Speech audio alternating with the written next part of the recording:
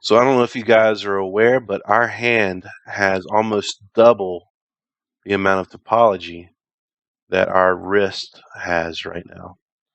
So we kind of need to figure this out. We need to figure out some way to terminate this edge flow area to match the same amount of spans on my wrist. All right. So what I'm going to do, and it's kind of like how I created my hand reference bone. I'm going to go ahead and unlock my hand reference bone. I don't need it anymore. It served its purpose. So we'll just delete that.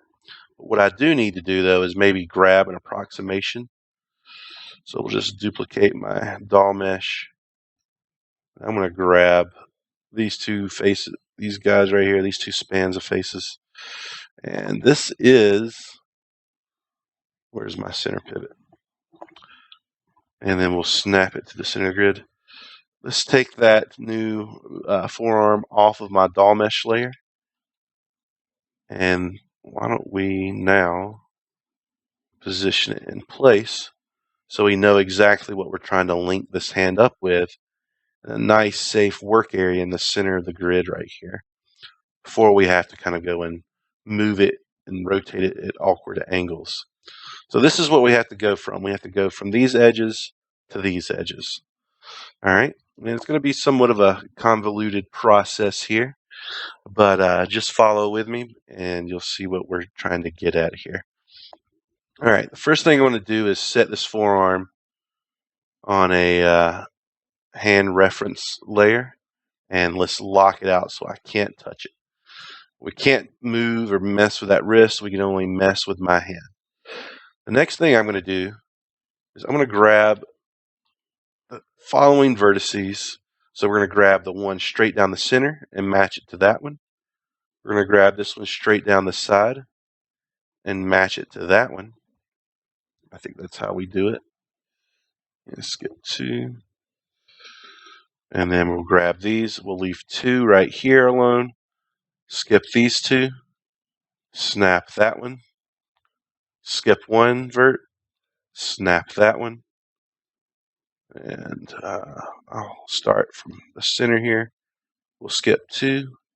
Snap that one. Skip 2 and snap that one. So literally these are the faces we have that will connect to our forearm. And so this doesn't look like craziness anymore. Let's just go ahead and select the edges that aren't quite snapped. Let's make sure I haven't selected the wrong ones. And we'll just delete them. And boom, we're done. We fixed it, guys. Who believes that? Not me right now. So what we need to do is we need to fix these N-gons. Boom, boom, boom, boom. All the way around this wrist. All we have now are N-gons. So to do that, we're going to terminate these edge loops on the top of the hand. The top of the hand doesn't really deform that much. So we're going to delete these edges back even further.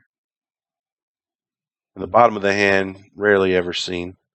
So we're going to get them right here on the very top of my hand. And we're going to do some tricks.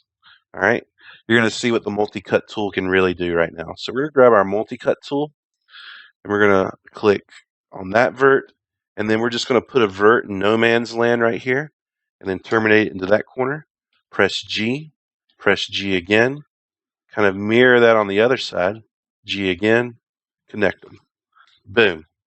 We've redirected our edge flow back into the other finger. And now we don't have any triangles. Normally you would want to kind of run to triangles in the situation. And not to say it would be a bad idea, but it's just not what we're going to do. We'll delete these edges. And now we're going to hook these up between spans. So here's how we're going to do these two edges right here. Fix these two N-gons. Multi-cut tool.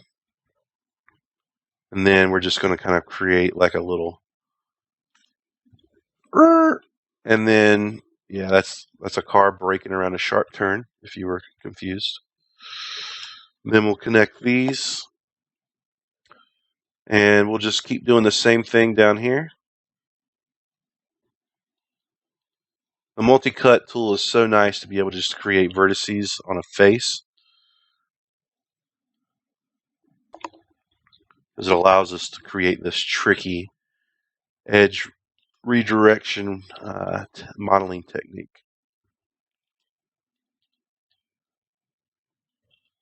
So there we got that going. And we're going to give it another smooth. And we just have one more vertex to worry about. You know what? Did I lie about having triangles? Well, this triangle is nice because if you'll notice, this part of the meat here of the thumb usually collapses into the thumb or into the palm of the hand. And then by terminating this, oh, get out of here. Oh my goodness. By terminating that n-gon into a triangle right here. Let me just go back. Boom. We got an n-gon right here. By just terminating this, you know what? I don't like that idea. Yeah, I'm going to terminate into my closest one right there. So we will have one triangle on here, but it looks like the deformation makes sense for it. All right. And I'm just going to select and merge all these verts. Looks like we have another n-gon right here to take care of. I want to undo that triangle I made. Yeah, puzzling stuff out is fun, huh? So we still have an n-gon right here and right here. I'm going to take this time now to go ahead and use the multi-cut slice to create some edge flow here so that I can get my wrist to bend nicely before I make this edge flow redirection. And I'm going to do it the same way I did on the other side of the hand.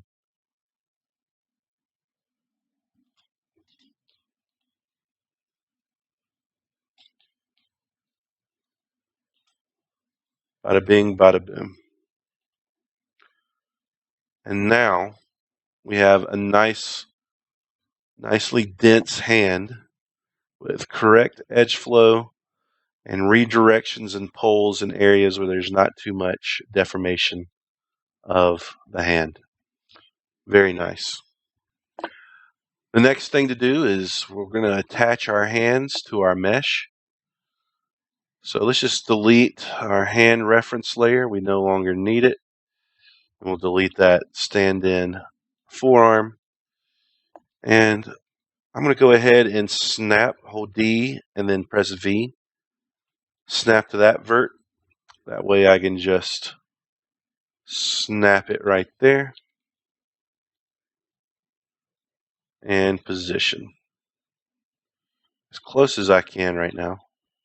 Let's bring back my reference mesh. And it looks like I might need to bring this up. So moving it to the wrist can be a little bit of a weird thing. We might have to go in and kind of snap back some verts on the wrist. And we're just trying to get it close enough. You know what? No sense in making this harder than it needs to be. Let's just hide everything with this hand. So we'll get it looking good from up top.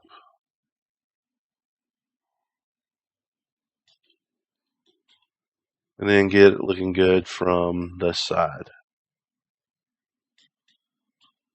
And it never fails.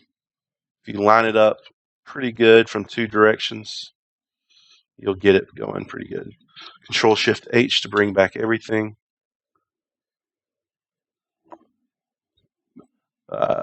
But it looks like I need to actually go to Mesh Display or Display, Show All. So this is kind of how we're getting this hand to line up with our base geometry. It's not doing the best job of lining up with the arm we already have, so we'll fudge a little bit. All right. Now we'll just snap our verts from the arm. You know what? Lock down my reference. Very nice.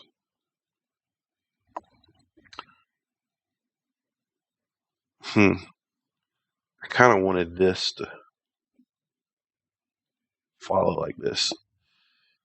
So I kind of know what verts I want to snap up, so I'm just making sure they're aligned just perfectly. So it's kind of a combination of doing what's best for your edge flow and matching it to the reference right now. All right. Now I'm just going to start snapping these verts to my hand. They're going to be a little buried in there. It's going to be a little bit of a pain.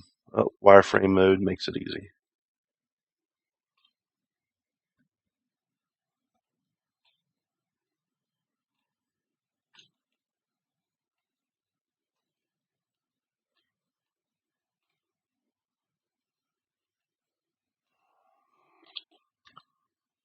And there we go. Now we can actually combine my arm and hand together. Mesh combine. Vertice merge.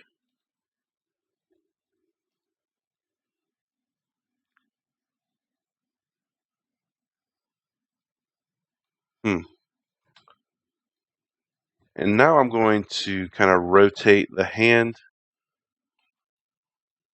I'm going to go off script from the reference a little bit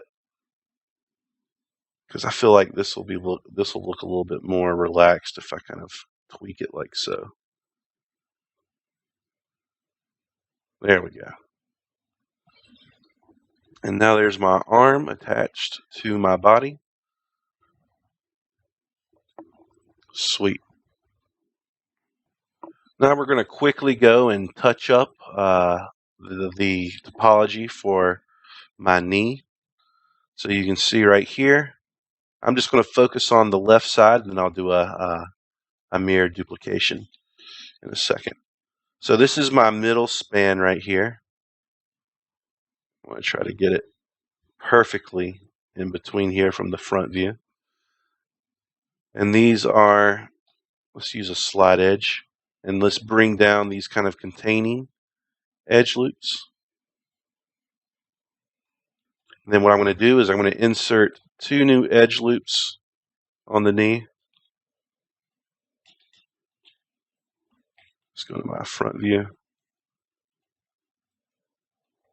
And then I'm going to select these 8 faces in front of the knee. Make sure not to get those back faces. And we're just going to simply do an extrude in. Maybe bring that out a little bit. It looks real bad right now, but let's bring in my relax tool. And we'll relax out the knee. You can already see it starting to take shape. Let's try to leave these edge loops a little bit alone. In fact, I think I'm going to grab the smooth brush for that one. Let me just break off my sculpting menu real quick. No, let's do the relax. And what you'll see is we have a nice kind of geometry around the knee that we were talking about at the beginning of the series. Very nice.